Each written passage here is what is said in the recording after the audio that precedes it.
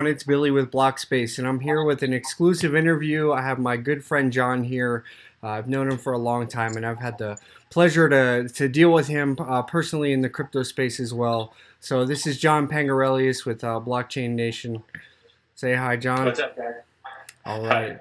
right. So John, I know you personally, but these guys don't. So tell me a little bit? How did you get into crypto? When did you get into crypto? Yeah, so I'm John with Blockchain Nation. I've been in crypto since 2017. I've heard about crypto for actually quite a long time. I heard about it back in, I think, 2014. The price was either three or 400, if I remember. And I heard about it way back then through, I knew some people that were using it to buy and sell things. And I first heard about it, this, magical internet money. And when I first heard about it back then, I didn't really understand what kind of effect it could have because I understand the issues of like the double spend problem. I understood, how can you have this secure digital sense of value, but on the internet where other people can edit it and work with it. And so I overlooked it for quite a few years. And then I started hearing about it in the beginning of 2017, I think when a lot of people did. I heard about it because people were making money and I remembered it from a few years ago. So I said, maybe this is worth taking a second look at. So for me, I wasn't ready to jump in right away the first time I heard about it. I needed to research it and make sure that it actually could do all the things people were claiming it could do. And that's kind of how I got started. It just went uphill from there, just kind of dove into the deep end. So, Nice. yeah, So you did your due diligence and your homework. I like that. absolutely. So, Yeah. well, what excites you the most about blockchain and I think the thing that cryptocurrency excites me, what's that? and cryptocurrency in general? Yeah, yeah. So I think, I mean, there's definitely to me a difference between blockchain and cryptocurrency, and I think the big picture I look at is distributed ledger technology. And to me, distributed ledger technology is huge in its implications that I think not everyone fully understands yet. We're coming from this system that has a lot of friction, it has a lot of failure points, it has a lot of weak points, and it involves a lot of trust. And so when I first started understanding that you could distribute that trust and make it into a trustless system, that started to open up a lot of doors in my mind. I started to realize the potential for it. And as people started to talk about things like supply chain management and realizing that it brings integrity into a lot of places in an old system that didn't have integrity before, that kind of started to open doors in my mind and made me realize how powerful it is. So I just think the decentralization of trust was really huge to me. And I think that's going to allow our society to move forward in a more honest and in a more genuine fashion than we were able to before. Yeah, yeah, I love that. I like what uh, Andreas he always says it's trustless. So Yeah. actually, in the blockchain, you don't trust anybody. You actually quite the opposite. You don't trust anybody. And Right. I really love that idea because it's like you only the code is right. You know that the trust system is built into the code that is open source and reviewed by thousands of people. So you don't have to worry about the banks or the centralization. So, a little bit off topic, but I wanted to ask you. You said you got in early 2017, and obviously, there's been a lot of wild swings over the last year. So, what's that been like for you? Is because I know for some people, it's about the technology and what it can do for society, but it's also a lot of people have made money too. So it's kind of that balance in between where it's like you believe in this great technology, but also the swings are just insane. So, what's that been like for you? Yeah, it's been fun. It's definitely been, it's taught me a lot about myself. And I think when people get into any kind of trading or any kind of financial situations, it starts to bring out flaws that you didn't see in yourself. So, like, it's easy to say, don't get emotional about it. Those were principles that I knew before I got into crypto. Yeah. And I had some experience in the past with things like penny stocks. I started trading stocks in high school. But when I got into the cryptocurrency, it was totally different. Like, Yeah, you didn't realize I never expected it to go as high as it did. I mean, I thought it had a bright future, but that blew my mind. And then to see it just drop off like it did this last total winter, insanity. Total insanity. yeah, it Yeah. really was. So it was definitely a wild ride. I can say that I'm grateful I stuck to a lot of the principles I set in my mind before. My idea was always have a plan and stick to the plan. Yeah. If the facts don't change, I mean, if the facts change, then that's different. But if the facts don't change, stick to the plan, and that's a big part of what got me through the ups and the downs. So that's The how other you big dealt thing with that it. got That's how what's you that? dealt with the emotional aspect of it is you looked at the Yeah, core fundamentals of why you got it in the first place and you stuck to that belief and realized that even though the price is down, the technology hasn't changed. yeah, and Right. I mean a lot of it's perspective too. I mean, get rich quick sounds nice, but when you jump into it, you have to look at the bigger picture. I mean, on the year to date, we're still up. Like we're up by a massive amount. So when you keep in perspective and you say, okay, if I'm going to be in this for the next year, 2, 3 years, really we're doing all right. Yeah. So perspective helps a lot. Well, one of the things I like to tell people is, especially during times like this when the market's a little bit choppy, is I love my proof of stake coins. Lisk, I have a couple other proof of stake coins, and they're always gaining basically interest. I'm gaining new coins all the time and making money. So I really like that because I look at my bank account. I think in my savings account, I'm getting like 0.1% for the year. Right. And I look at cryptocurrency and I'm getting 5 to 10 to 20%, depending on the proof of stake algorithms. But it's really a nice thing to be able to see your portfolio growing on its own. So Yeah, and if I can say yeah, a good thing about proof of stake coins and Lisk and just proof of stake in general is I'm a big fan of the principles of dividends, or how proof of stake gives you rewards for staking your coins. A lot of people are aware of compound interest is the eighth wonder of the world, but people can get just asset appreciation confused with compound interest. They have an asset that's appreciating, but it's also giving you dividends. That's when you can start to see exponential returns. So I think definitely. that's a huge thing for proof of stake that makes it really, really powerful. Plus, it's a lot more eco-friendly. So Yeah, real quick, where did you go for your information? How did you learn so much in a year's time that you've been working here? yeah. The vast majority of it has been YouTube. I enjoy reading, but I'm busy. I'm always doing things, so it's easy to throw a YouTube on in the background. Yeah, So for the most part, I think the biggest influence for me has been Andreas Antonopoulos. He's like I think the pinnacle of blockchain wisdom as far as I've found. So if I'm looking for in-depth, technical, philosophical stuff, I usually turn to him, and he does a good job of answering it in an unbiased way and giving things that a lot of other people don't.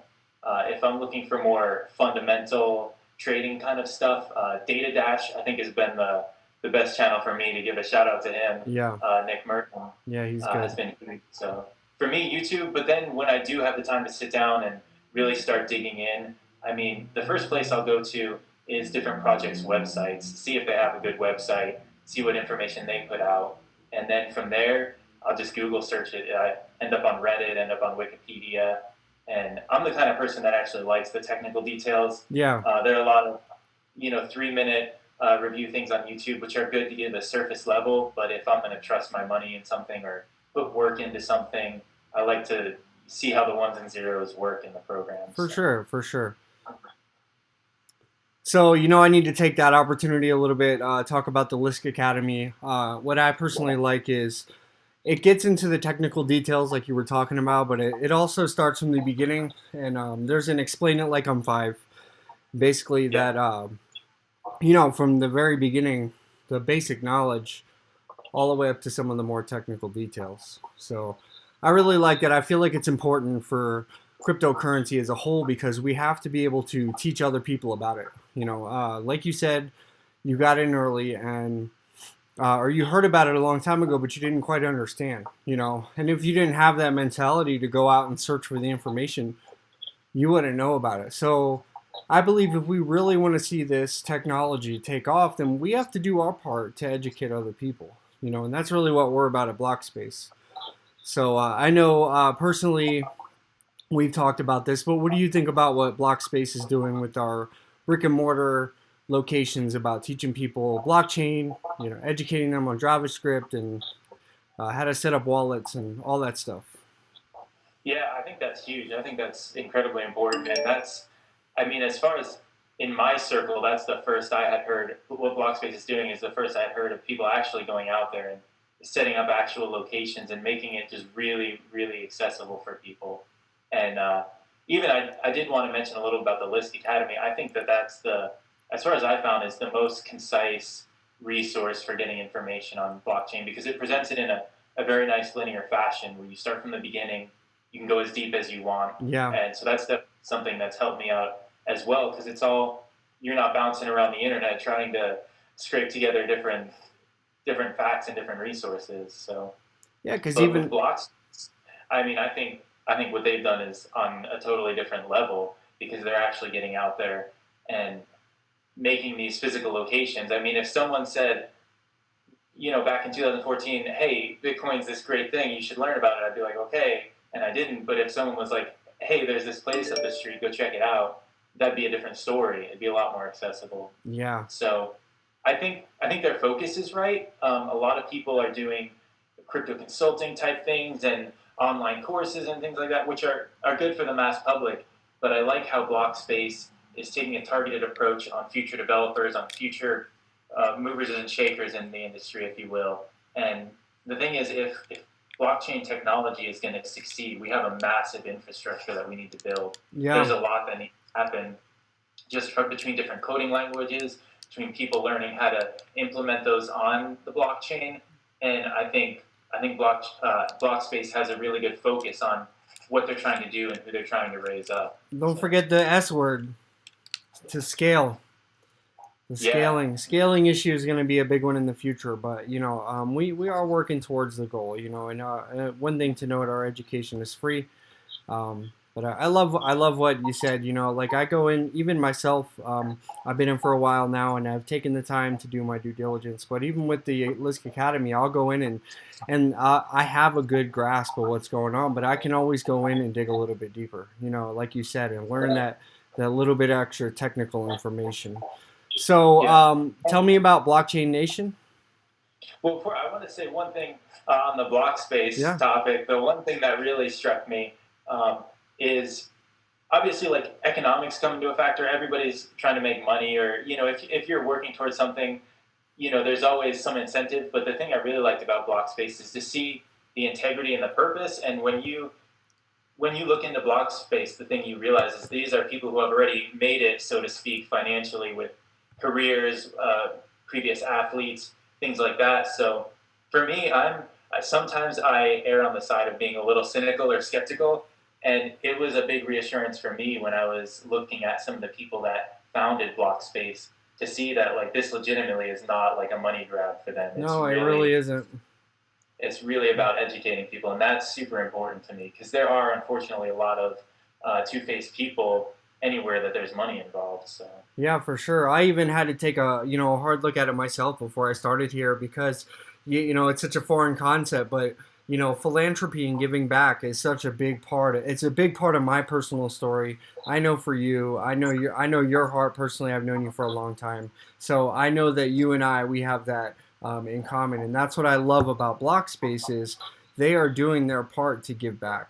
Give back not just to the Lisk community, but the communities in general. We're going into the children's hospitals, we're going into the schools, and we're talking to people, and we're just getting to know them and forming these relationships. And I think it's so important because that's really what's going to start to bridge the gap between people who don't know about crypto into this great community. yeah. So with that being said, you have a little side gig that you've created, Blockchain Nation.